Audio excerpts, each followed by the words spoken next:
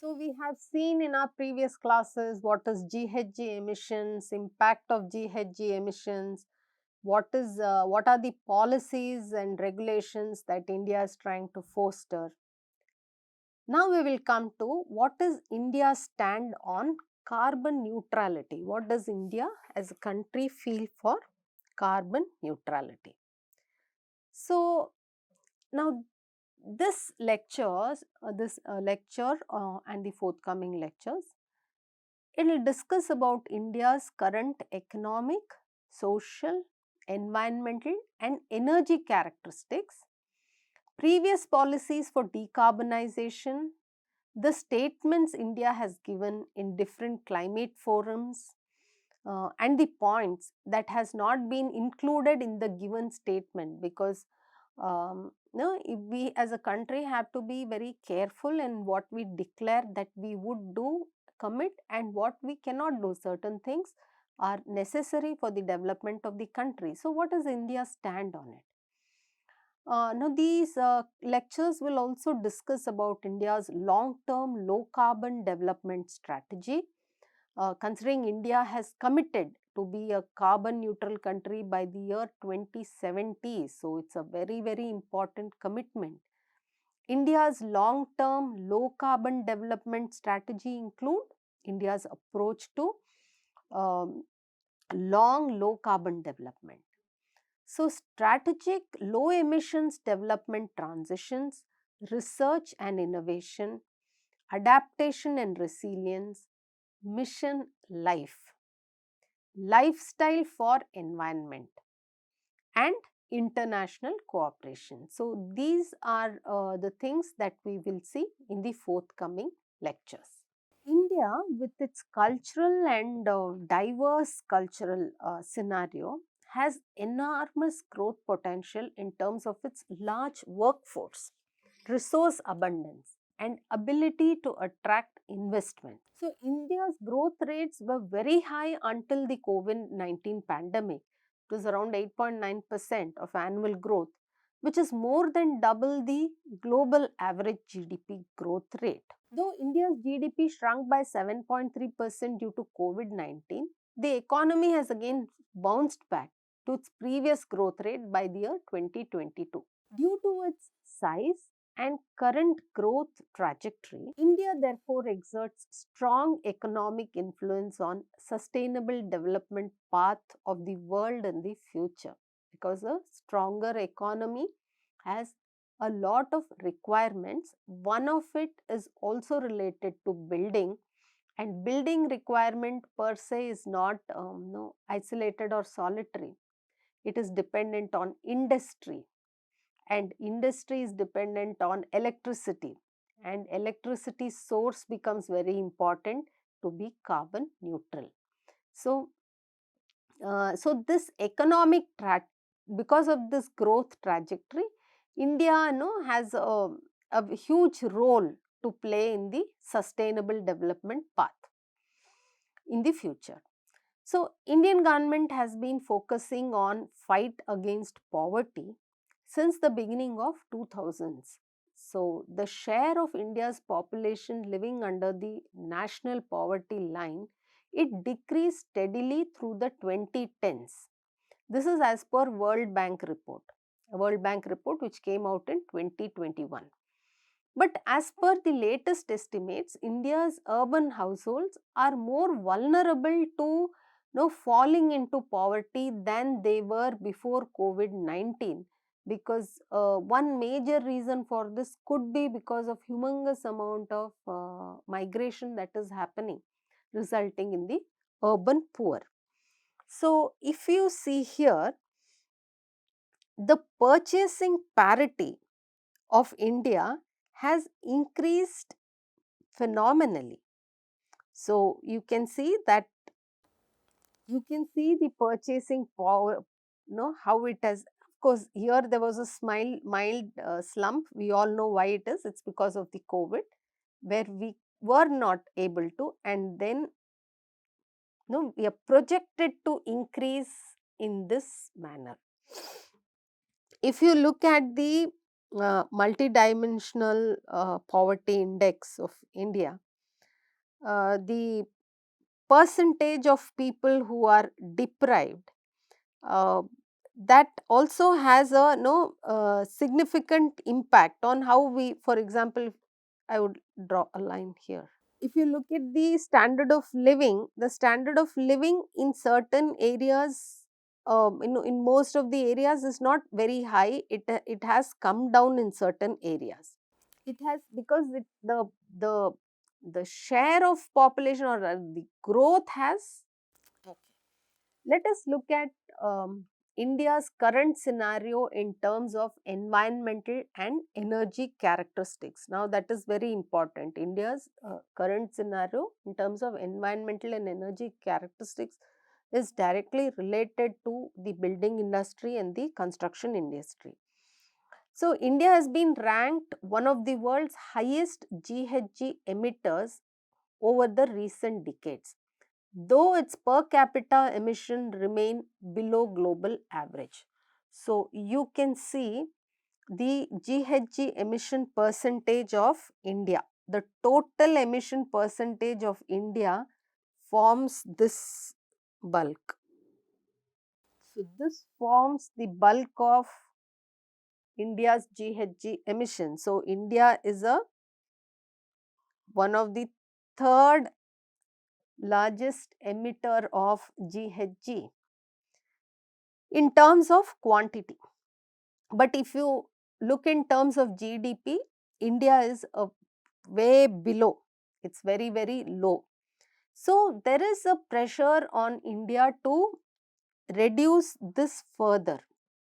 As much as there is pressure on other countries also, but India has tremendous pressure.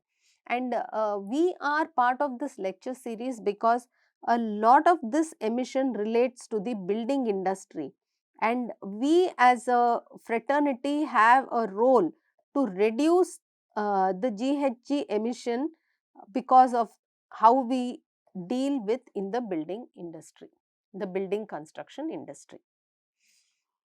And if we look at this, look at China. China is having 30.9% and US is 13.5%. By GDP, they would be way ahead. Rest of the world, in comparison to what India is doing, look at rest of the whole world is 21.7% and India is 7.3%, which is giving us a good perspective of where we stand and how we ought to reduce this.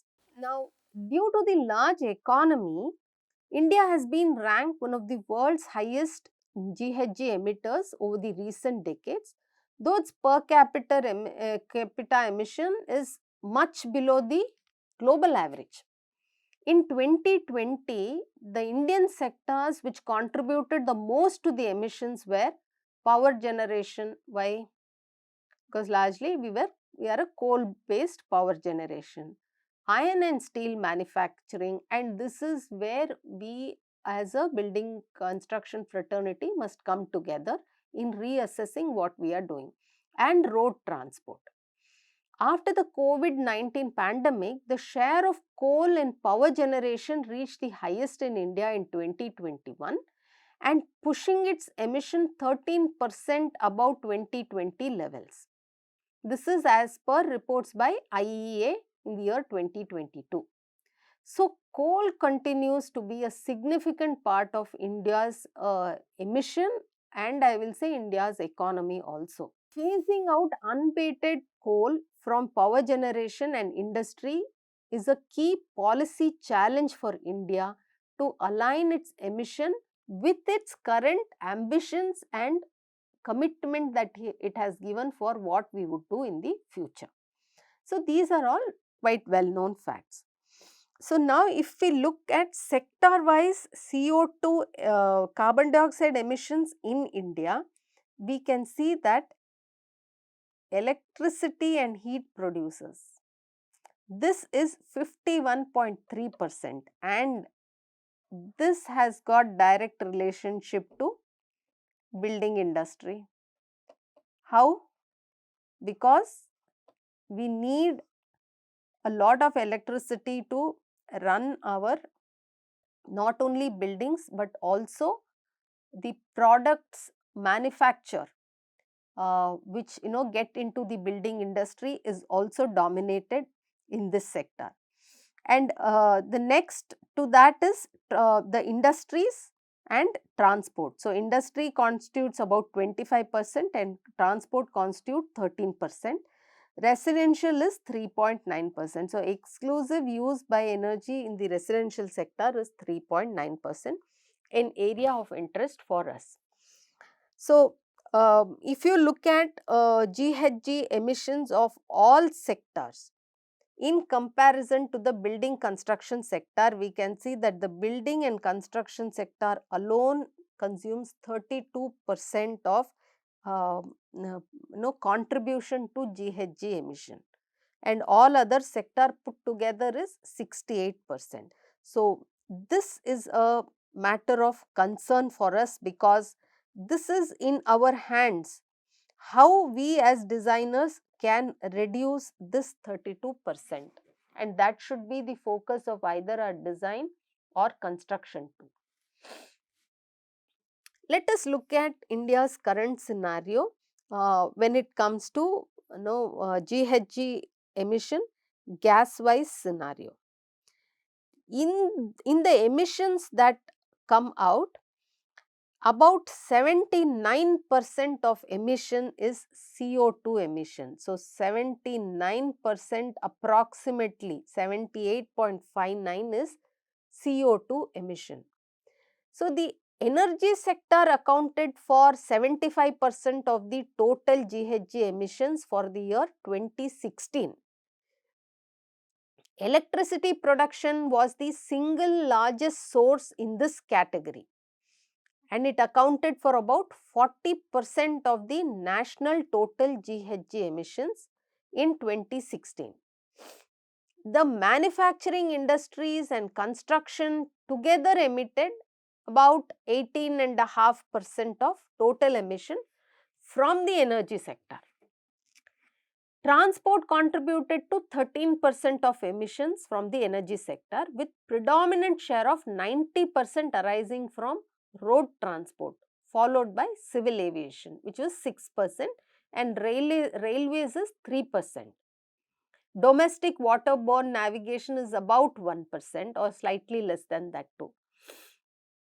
In the year 2016, the other sectors together contributed about 10% to energy sector emissions, with approximately 60% share coming from the residential sector and 32% from the commercial sector, and the remaining 8% from biomass burnt for energy, which is non-CO2 emissions. Non-CO2 GHGs come from that, and agriculture and fisheries sector put together. So, this is the glimpse of, or this is the gist of the kind of emissions that have been coming out. And what is sad is that 79% is CO2 emissions approximately when we look at it gas wise, and then methane, which is, we have seen methane equivalent is about 21%, 21 to 28, that is the range we get from various literature. That accounts for 14.43%. Nitrous gases form 5.12%, and all other gases, they constitute 1.86. But this is also because of the initiative by the government to phase out CFCs. Otherwise, it would have been much more, and it would have been at a drastically bad position. Let us look at the previous policies for decarbonization in India. Now, India's NDC target was set in 2015 and aims to reduce emissions intensity by 33%, which is 35% below 2005 levels, reaching 40% non-fossil capacity in power generation, and creating a carbon sink of 2.5 to 3 GT carbon dioxide equivalent through additional forest and tree cover, all by 2030. So, we have given a commitment to go for extensive creating carbon sink. How do we create carbon sink? Last class we saw that is through afforestation. These targets are on track to be accomplished early in the next few years through our current policies and current actions we are taking on these policies. And they are seen as not ambitious enough to keep on track towards limiting the global temperature increase. Now, because of GHG gases, there has been an increase in global temperature, and it is estimated that the global temperature will increase by 1.5 degrees centigrade. India's plans and the world's plans are to ensure that this 1.5 gets reduced. We cannot afford a global warming, but whether our actions are good enough to support this target of 1.5 degrees centigrade above pre-industrial levels. By 2100, it is predicted that the global temperature, average temperature, will increase by 1.5 degrees centigrade as compared to pre-industrial level. This is what the Climate Action Tracker of 2022 states. So, coal power plant is one of the major contributors. All the power plants based on coal is a major contributor. How do we reduce this? Through green fuel, green energy. And what are the green energy sources? Solar and wind. And humongous amount of work and impetus is given by the government of India towards pushing solar, wind, any of the green energy policies. Let us look at the statement of India in various climate forums, because it's important that we understand what India has committed in the climate forums. So, India at the 26th session of the United Nations Framework Convention on Climate Change, COP26, in November 2021, announced its target to achieve net zero by 2070. It's a huge commitment, an applaudable commitment, that India will go carbon neutral and all our buildings will become net zero by 2070. So, there is humongous responsibility on all of us to be part to ensure that we keep up to our commitment. India has set to reduce the emission intensity of its GDP by 33 to 35% by the year 2030. That is also a big commitment, that we will reduce our CO2 emissions by, say, let me say 33% at least by 2030. India will reduce 1 billion tons of the total projected carbon emissions. It will reduce 1 billion tons of the total projected carbon emissions by the year 2030. So, not only in terms of percentage, but absolute values also we have given a commitment. India has also confirmed pledges to generate 50% of its electricity from non-fuel sources. This should be done by the year 2030, and its target for maintaining forest cover, which acts as a carbon sink. In a world where forest covers are getting depleted, India has pledged to increase its carbon cover, because afforestation is very, very important for us to have a good carbon sink. The Prime Minister has also announced at the last COP a target for 500 gigawatts of its energy capacity from non-fossil fuel sources by the year 2030. So, these are the various statements India has given in important climate forums, and the world has watched us make these commitments, and the world is watching us on how we are taking steps to reach this commitment. Emissions coverage at COP26, India referred to achieving the target of net zero without specifying excuse me, without specifying whether this covers all greenhouse gas emissions or CO2 emissions only. So, India has said that we will achieve the target of net zero, but when it comes to GHG gases, India has not given a commitment on which of the GHG gases would would be reduced by how much. So, India's NDC update also only refers to net zero by 2070 without specifying gas coverage. So, the target excludes international aviation and shipping. So, our targets are clearly not to include shipping and international shipping and international aviation. Reductions or removals outside of own borders does not explicitly provide information on its intention to use international emissions reduction credits to meet its net zero target. Separate reduction and removal targets are in place. India did not modify its forestry sector sink target in its NDC update. That target remains to create an additional carbon sink of by about 2.5 to 3 by 2030.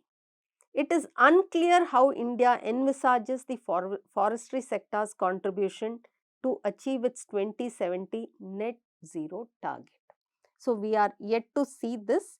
This is the outcome of the analysis, but then we know very well that a huge part of the commitment has to be borne by the building industry sector as well, in terms of how we uh, move towards carbon neutrality. A Green New Deal for a net zero India. As India grows richer, its energy as well as material consumption will also grow. And it's a vicious cycle. In its current trajectory, this growth could imply a significant expansion of India's GHG footprint. Unlike most developed nations that have built their past 5 to 6 decades of growth on high GHG footprint infrastructure, one major reason why India refused to withdraw itself from 100% usage of coal, because developed countries have built themselves by having high GHG footprint manufacturing. India has a unique opportunity to leapfrog this journey through low or no emission technologies. India has an opportunity. We need many more things which we have seen in the last class. What all should be there? What are the challenges? Only if they are met, India will be able to sort of keep pace of its commitment. So, Mission 2070, a new Green New Deal for Net Zero India. So, this is a very interesting thing. How do we go low carbon energy? First thing is we have to go low carbon energy. How do we do that? By accelerated adoption of renewable and green energy across India. Our second aspect of the mission is green mobility. So, adoption of electric, hydrogen, LPG, LNG and other alternative green technology based mobility platforms. So, as we had seen in the previous slide, transport also consumes humongous amount of energy, and this is the way in which we can reduce it. Decarbonization of energy intensive industries. So, we need to modernize and decarbonize energy intensive industries through the adoption of green technologies and standards. So, we need to set those standards and we need to make these green technologies more popular. We need to have more green buildings, we need to have more green infrastructure and we need to have green cities.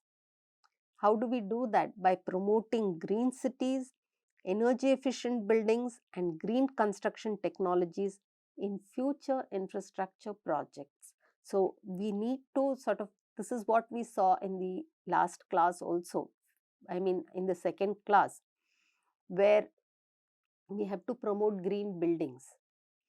Sustainable agriculture, another way, by transitioning to sustainable methods of farming. Now, who are the enablers? How will we enable this? So, green technology innovation, R&D and investment in technologies that can accelerate the carbon transition. We need to have green finance, which is happening. We have the International Finance Corporation, which is actually trying to promote green finance, financing the green regulation. Carbon sequestration, CCUS and carbon sinks. So, catalyzing carbon capture as well as carbon offsets by having natural sinks in the form of forests and green cover. Climate adaptation, India cooling plan, knowledge and capability building, and indoor work transitions, all of this will aid towards we working for Mission 2070, a green new deal for net zero India. And you can see all that I had talked of, most of it other than say sustainable agriculture is related to buildings and cities, including the transportation sector. So, we must become aware of our role as architects, designers, and civil engineers and do our part. The contribution of the entire Southern Asia is only about 4% of historical cumulative net anthropogenic emissions between 1850 and 2019. Even though the region includes almost 24% of the global population. India's contribution of the entire South Asia is only 4%. So, India's historical contribution to cumulative global GHG emission is therefore minuscule, despite having a share of about 17% of the world's population. India's per capita annual emissions are about a third of the global average. So, in terms of per capita, India is extremely less. We can attribute this to the fact that it probably takes many people to ride a cycle for one person to drive a car. And that is why, even though our no absolute terms we are high, in actually per capita terms we are extremely low in our GHG emissions. You can see here the share of cumulative emission for some of the countries. I have not taken all the countries, and you can see for India it is 4.5% compared to the United States, which is 47%, and Russia, which is 22%. It's all pretty high. China is 13.4%. So, we can be very proud that our per capita is very less, but that is not going to help the world. That is not going to deter or slow down the climate change that is happening because of GHG emission. And therefore, we cannot hold this justification for long, and we need to start taking action, especially in the building sector. Energy is essential to meeting its developmental needs and aspiration. India's annual primary energy consumption per capita in 2019 was 28.7 gigajoules, considerably lower than both developed and developing country peers. Energy is needed for social development to support India's demographic transition and consequent job creation needs, its agrarian and urban transition, and infrastructure development. India is actively pursuing energy efficiency as one of the key means of promoting low carbon development, and that is a really good thing. One good thing India has is rich culture, and therefore we always have a history and vernacular to fall back on. So, here you can see India's energy demands in various sectors and the growth of each of the demands. So, no, the demands of no, renewables, coal is no from from the year 2000 to From the year 2000 to say 2020, India's coal requirement has increased by probably 1 to about 3.5 times, it seems to have increased. And it's further bound to increase by 2050, which is a clear indication that our focus has to move towards no renewable sources of energy. So, essentially, India is, its energy is, it's meeting its energy through coal, but it has to go to renewable, and we have a big role in how we reduce this requirement of energy by designing climate responsive buildings, one, and also by trying to incorporate renewable energy in the buildings itself. Now, India seeks to identify and explore opportunities to shift to low carbon development pathways while ensuring adequate access to household energy, energy security, and energy for the development of all sectors in the economy. Beginning in 2008 with the National Action Plan on Climate Change (NAPCC), the scope for co-benefits between climate and development is recognized by India, while also being mindful of the trade-offs and corresponding costs. India's per capita consumption of coal, its leading natural fossil fuel resource, was half the world average in 2019, and its natural gas consumption was 30 to 50 times lower than many OECD, which is Organization for Economic Cooperation and Development countries. I repeat, India's per capita consumption of coal, which is our leading natural fossil fuel resource, it was half the world average in the year 2019, and its natural gas consumption was 30 to 50 times lower than many of the OECD countries. Further, global oil and gas emissions were 25% higher than coal emissions, whereas for India, coal is its major fossil resource. So, India has also been very sensitive to the use of fossil fuel.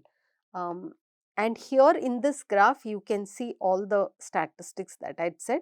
So, sector wise, domestic coal and lignite consumption trend, if you see, power has taken most of it.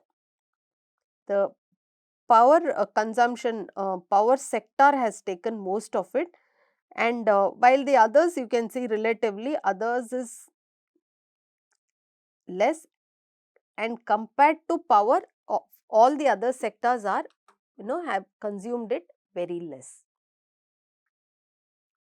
which means coal is its main fossil fuel resource, and yet we have not been, uh, if we look at our consumption, it's not been too extremely high.